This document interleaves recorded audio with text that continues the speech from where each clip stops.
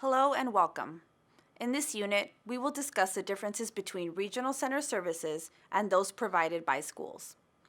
Or, if you are speaking about the law, the services provided to children ages 0 to 3 under IDEA Part C or students in K through 12 under IDEA Part B. Our goals in this unit are to learn how IDEA Part B differs from regional centers in terms of eligibility, services, and how these services are carried out. When a child receiving services from their regional center is close to turning 3 years old, the transition planning process begins. During this process, they will be evaluated and their IPP or IFSP team, along with other relevant groups, will determine if the child is eligible for services under IDEA Part B. We will talk more about the transition to school age in a different unit. But let's stop here. Many parents ask, if a child is currently eligible for services from their regional center, why would he or she not be eligible to receive services from their local school district? Or, if a child was not eligible for regional center services, what would make them eligible for services from their school district? Well, the simple answer is that schools and regional centers are each trying to meet different parts of the same law. Each part has its own unique requirements. There is some overlap, but there are also some big differences. One major difference for regional center services under IDEA Part C is that the disability must have originated before the person is 18 years old and is likely to continue indefinitely.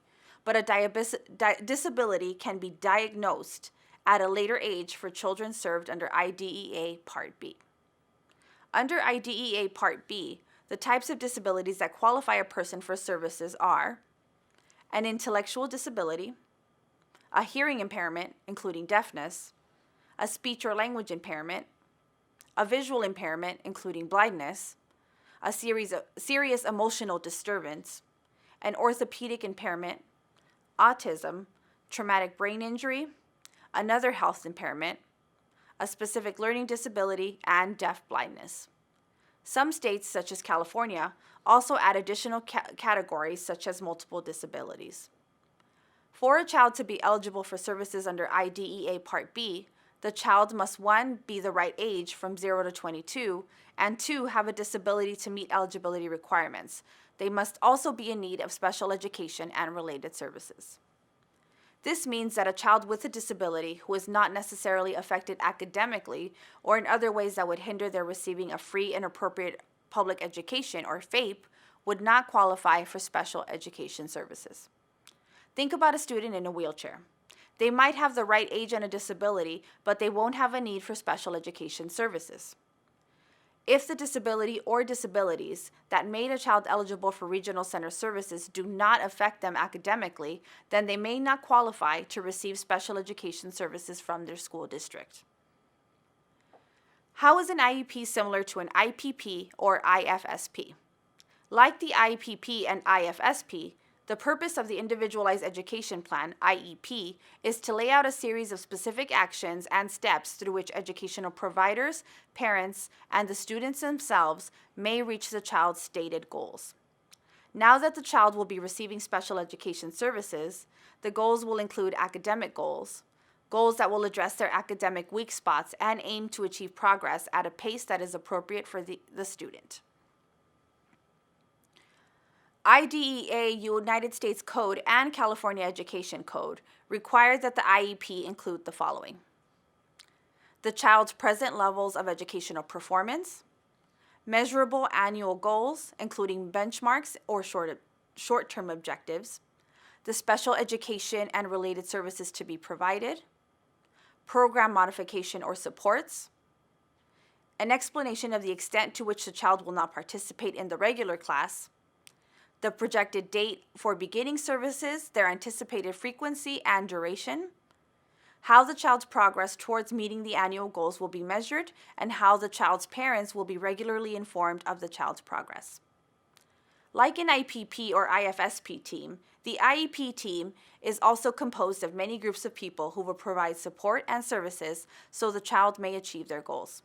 The IEP team is composed of the parent or guardian of the child with a disability, their special education teacher, their regular education teacher if they are participating in a regular education program, a representative of the local education agency, LEA, who is qualified to provide or supervise the provision of special education, is knowledgeable about the general education curriculum, and is knowledgeable about the availability of resources of the LEA. An individual who can interpret instructional implications of evaluation results, and, whenever appropriate, the student with a disability. Under California Code of Federal Regulations and California Education Code, the IEP team must meet to develop the initial IEP within 30 days of determining that the child needs special education and related services. After the development of the IEP, special education and related services in accordance with the IEP must be made available to the child as soon as possible. The IEP team must meet at least once a year to review the IEP to determine if goals are being met and to make the necessary changes. In addition, under the California Code of Federal Regulations and the California Education Code, no later than when the child is 16 years of age, the IEP must include appropriate, measurable post-secondary goals related to training, education, employment, and, where appropriate, independent living skills, and the transition services needed to assist the child in reaching those goals. We will discuss transitioning more in depth in later units. Is there a difference between services provided under IDEA Part B and the services provided by regional centers for school-aged children? As mentioned earlier, services provided under IDEA Part B focus on the special education needs of a child, meaning that they focus on the child's academics as well as their other needs, like emotional behavioral issues, mobility issues, etc.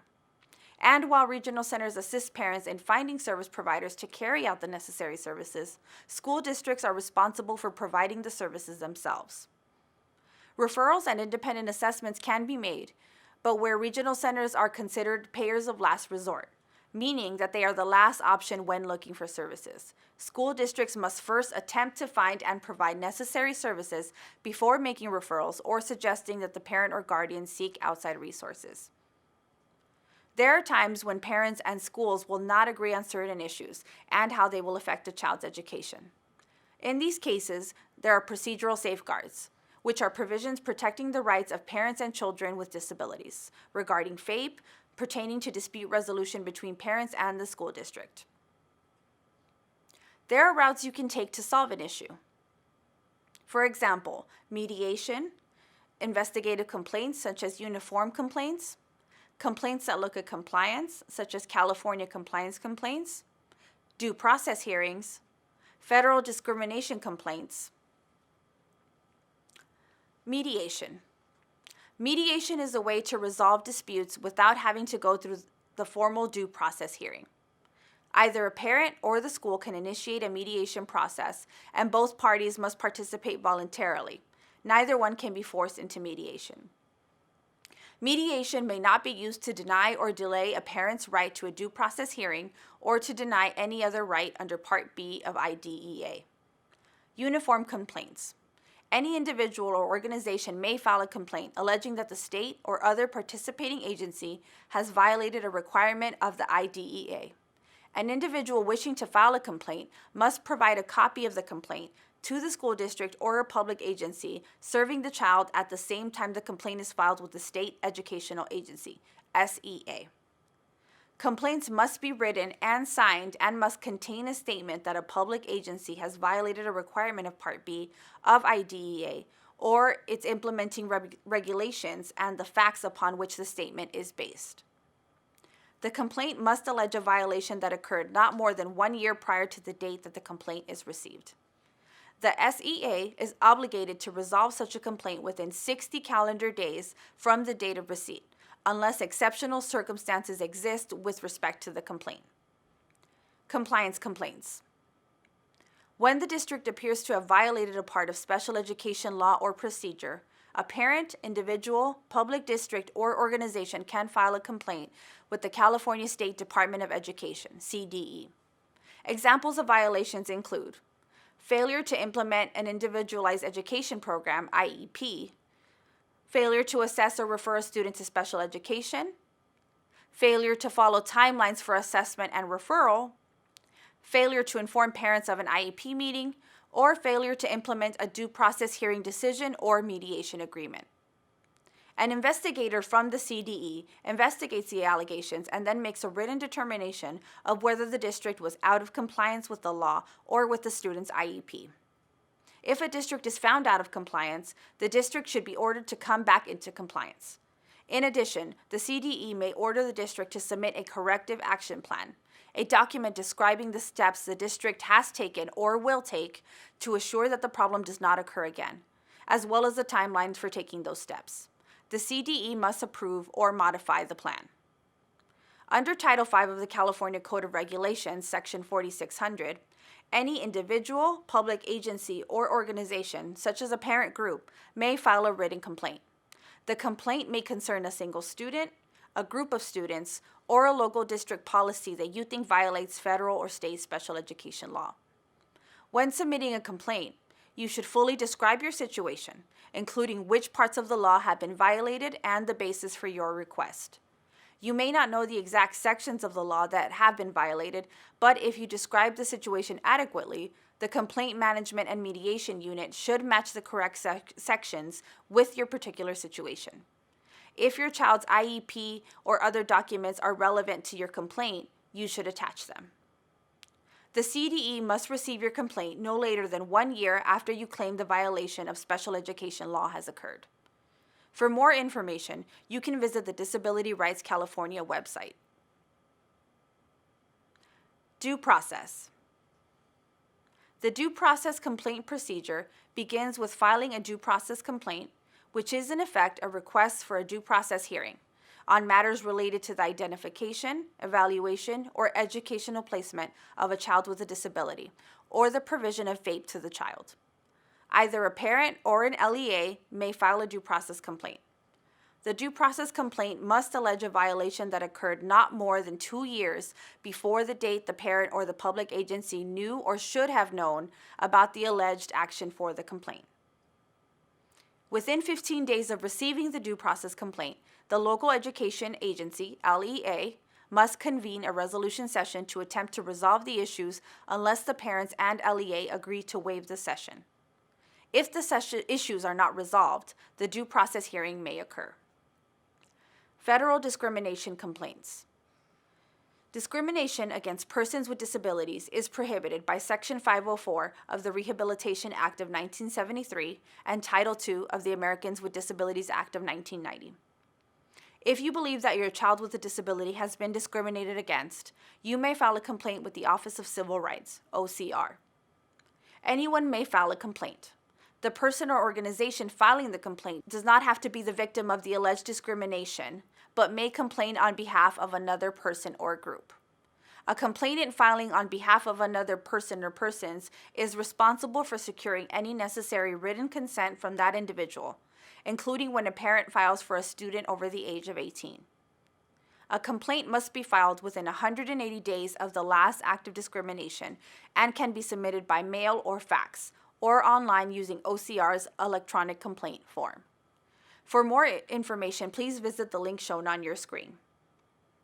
With that, we will end this unit and hope you leave us with a better understanding of regional centers. For more information about regional centers, please watch the other units that we have on this website and take a closer look at disputes and other issues such as transitions. Thank you for joining us, and goodbye.